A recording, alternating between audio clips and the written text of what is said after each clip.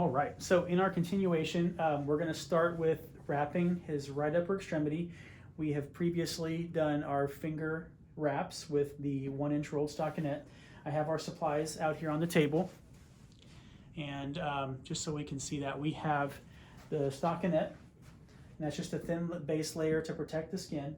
We have our short stretch bandaging, which is a 6 centimeter, an 8 centimeter, and a 10 centimeter width. We have our layering materials, rolled cotton or rolled foam.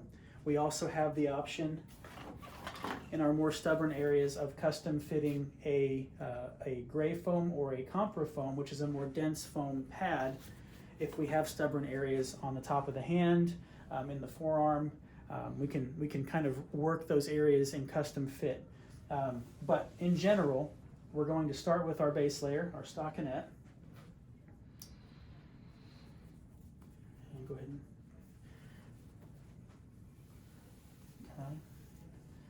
and the goal here, I'm actually going to make this out a little bit more. Okay. And so once I've found where his thumb's going to be, I will just snip a small section, and that becomes his thumb hole. So now our stockinette gets good coverage up the arm and over the hand. We'll then start with next we'll go with our cotton layer. This is going to start giving us some of that added layers. And that the layers will give us that compression. And I will tuck some of this underneath the thumb to add some padding around the hand. Okay, let's go here. And so again, my goal is to add layers and create a pressure gradient. And I'm going to get this up as high as I can to get good coverage.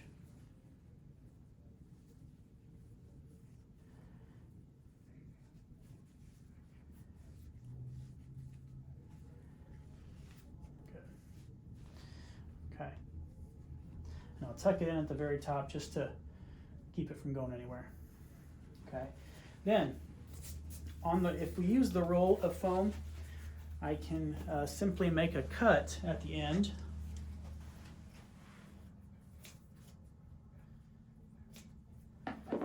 A little cut, and that becomes where his thumb will be. And so now we can start adding in layers of this foam.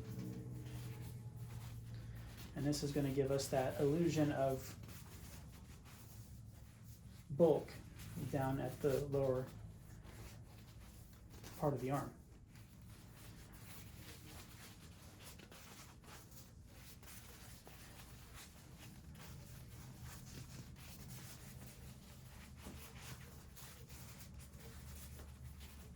And the rest of this I just roll up as high as it'll go, keeping a thin layer. So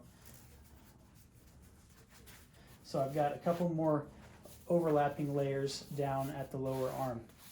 Now from here, we've got much more of a column shape to the arm.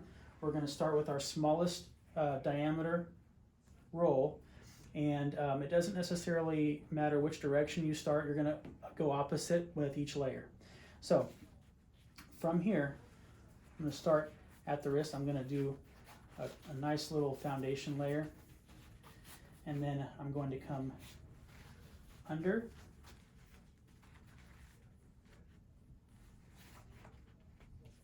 and across the hand.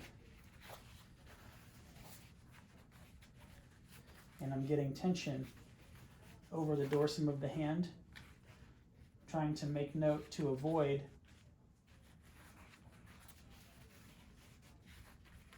opposing too much. I want to make sure he can still grasp with his hands after we're done wrapping.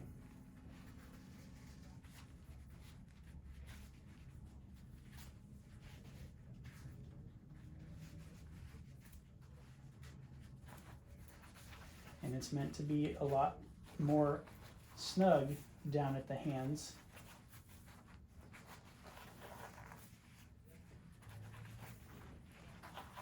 And then we're going to finish this roll up the forearm.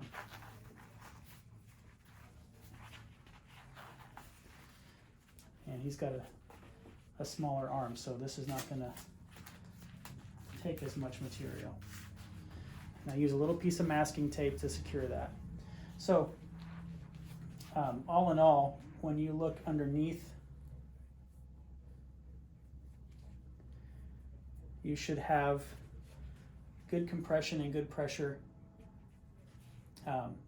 The palm not necessarily is as important as the dorsum of the hand. This is usually where we may have to add extra foam on the dorsum of the hand, the top of the hand. We aren't able to wrap the fingers necessarily with short stretch bandage. It's too much pressure for the fingers.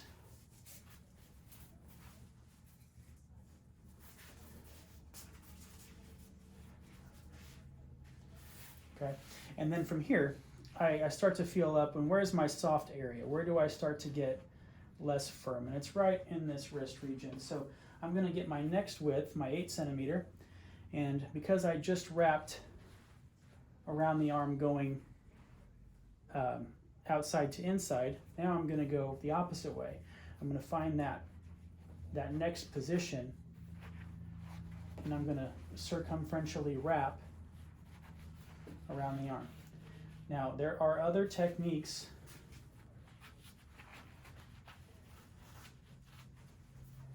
for wrapping to help with the elbow, and I will go through those individually on a separate video.